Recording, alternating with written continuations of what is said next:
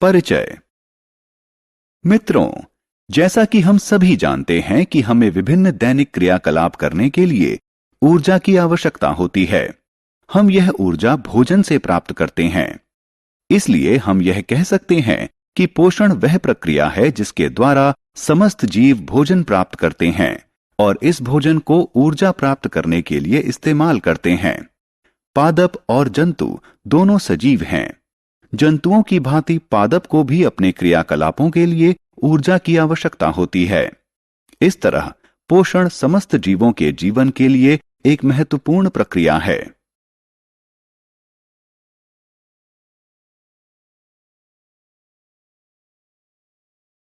उद्देश्य। इस पाठ के अंत में आप निम्न करने में सक्षम हो जाएंगे। पोषण को परिभाषित करना, पादपों में पोषण की समपोषी विधि का वर्णन करना, प्रकाश संश्लेषण की प्रक्रिया की व्याख्या करना, पादपों में विषमपोषी विधि का वर्णन करना, पोषण की विषमपोषी विधि के विभिन्न प्रकारों की व्याख्या करना, पोषण की विधि। प्रिय मित्रों, आइए अब हम पोषण की विधि के बारे में जानें। पोषण विधि के दो प्रकार होते हैं, स्वपोषण और विषम पोषण। लेकिन ये हैं क्या? आइए जानें।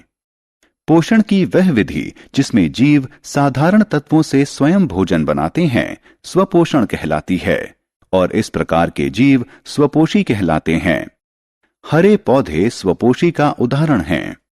पोषण की वह विधि जिसमें जंतु और अन्य अनेक जीव पादपों द्वारा तैयार किया गया भोजन ग्रहण करते हैं विषम पोषण कहलाता है और ऐसे जीव विषमपोषी कहलाते हैं। मनुष्य, शेर, बाघ इत्यादि विषमपोषियों के उदाहरण हैं। प्रकाश संश्लेषण।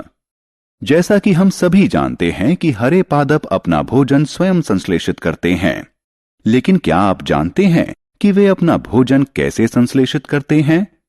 वास्तव में हरे पादप अपना भोजन प्रकाश संश्लेषण की प्रक्रिया के द्वारा बनाते हैं।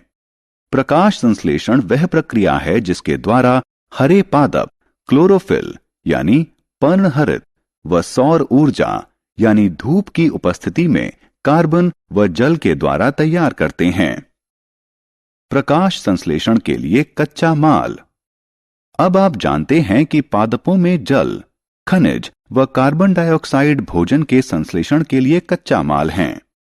क्या आप यह भी जानते हैं कि पादप ये कच्चा माल अपने आसपास से कैसे प्राप्त करते हैं और पादप उन्हें अपने भोजन के कारखाने तक कैसे ले जाते हैं? जल और उसमें घुले हुए खनिज जड़ों द्वारा सीधे मिट्टी से अवशोषित किए जाते हैं और उन्हें तने में उपस्थित अनेक छोटी छोटी वाहिकाओं द्वारा पत्तियों तक ले जाया जाता है। ये वाहिकाएं जड़ से तने, शाखाओं और पत्तियों तक फैली होती हैं। वे जल व खनिजों को निरंतर पत्तियों तक पहुंचाती हैं।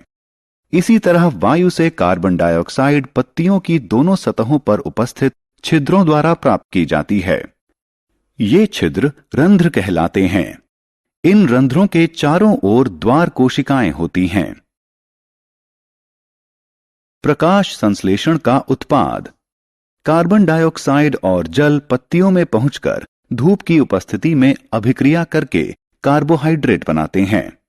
अंततः कार्बोहाइड्रेट स्टार्च में बदलकर पादपों के विभिन्न भागों में एकत्र हो जाता है। इसलिए प्रकाश संश्लेषण में निर्मित होने वाला पहला भोजन उत्पाद स्टार्च है। स्टार्च कार्बोहाइड्रेट का ही एक रूप है। इस प्रक्रिया में ऑक्सीजन भी अवमुक्त होता है। अतः इस प्रक्रिया को निम्न प्रकार से व्यक्त किया जा सकता है। इस प्रक्रिया के अंतर्गत कार्बन डाइऑक्साइड और जल धूप की उपस्थिति में कार्बोहाइड्रेट और ऑक्सीजन अवमुक्त करते हैं। प्रकाश संश्लेषण का महत्व। अब तक हमने प्रकाश संश्लेषण की प्रक्रिया के बारे में जाना है, लेकिन अब प्रश्न है कि इसका महत्व क्या है? प्रकाश संश्लेषण इस ग्रह पर जीवन के लिए एक अति महत्वपूर्ण प्रक्रिया है। यह प्रक्रिया सौर ऊर्जा को जैव पदार्थों में बदलने में सहायक है। इसलिए प्रकाश संश्लेषण की प्रक्रिया भौतिक और जैविक विश्व को जोड़ती है। यह सभी सजीवों के लिए जैविक भोजन का प्रत्यक्ष या अप्रत्यक्ष रूप से प्राथमिक स्रोत है। यह पारिस्थितिकी तंत्र में वायु को शुद्ध करने और ऑक्सीजन व कार्बन डाइऑक्साइड का संतुलन बनाए रखने में भी सहायक है। आत्ममूल्यांकन। मित्रों, आइए जो आपने सीखा है उसे जांच लें। सत्य और असत्य बटन पर क्लिक करके अपनी जानकारी को जांचें।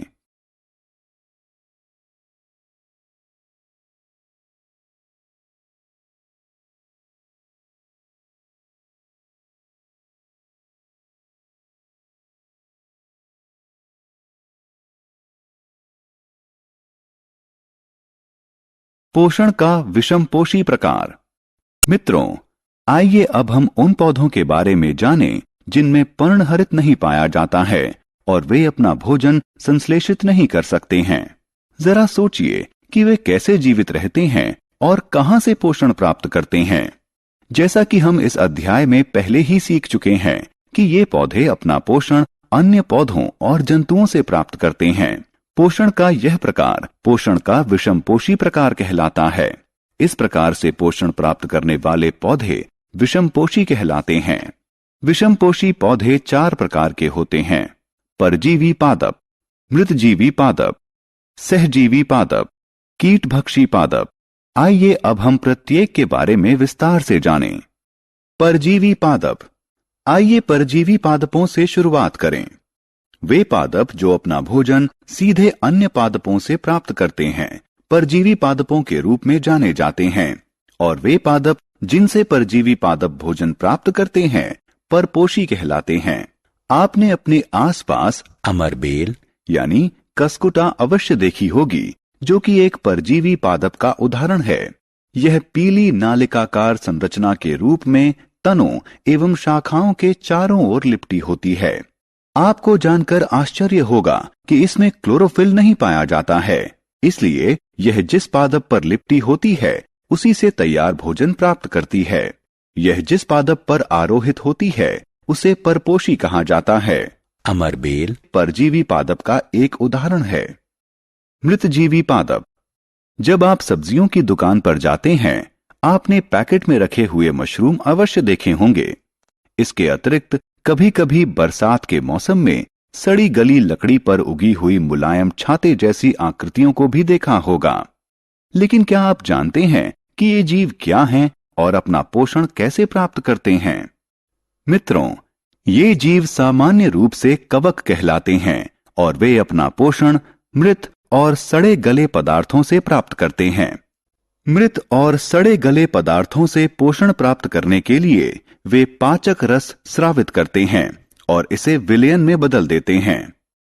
पोषण की यह विधि जिसमें जीव अपने पोषक पदार्थ मृत और सड़े गले पदार्थों से विलयन के रूप में प्राप्त करते हैं, मृतजीवी पोषण कहलाती है। और वे जीव जो इस प्रकार की पोषण विधि का इस्तेमाल करते हैं मृतोपजीवी कहलाते हैं। इस तरह हम कह सकते हैं कि कवक मृतोपजीवी होते हैं। सहजीवी पादप। मित्रों, क्या आपने कभी सहजीवी संबंध के बारे में सुना है और इस शब्द का वास्तविक अर्थ क्या है? 2 असमान जीवों के मध्य वह संबंध जिसमें दोनों एक दूसरे पर आश्रित होकर एक दूसरे को आश्रय व पोषण प्रदान करते हैं सहजीवी संबंध कहलाता है। वे जीव जिनके मध्य इस प्रकार का संबंध होता है सहजीवी कहलाते हैं। लाइकेन सहजीवी संबंध का एक अच्छा उदाहरण है। लाइकेन शैवाल और कवक के मध्य साहचर्य है।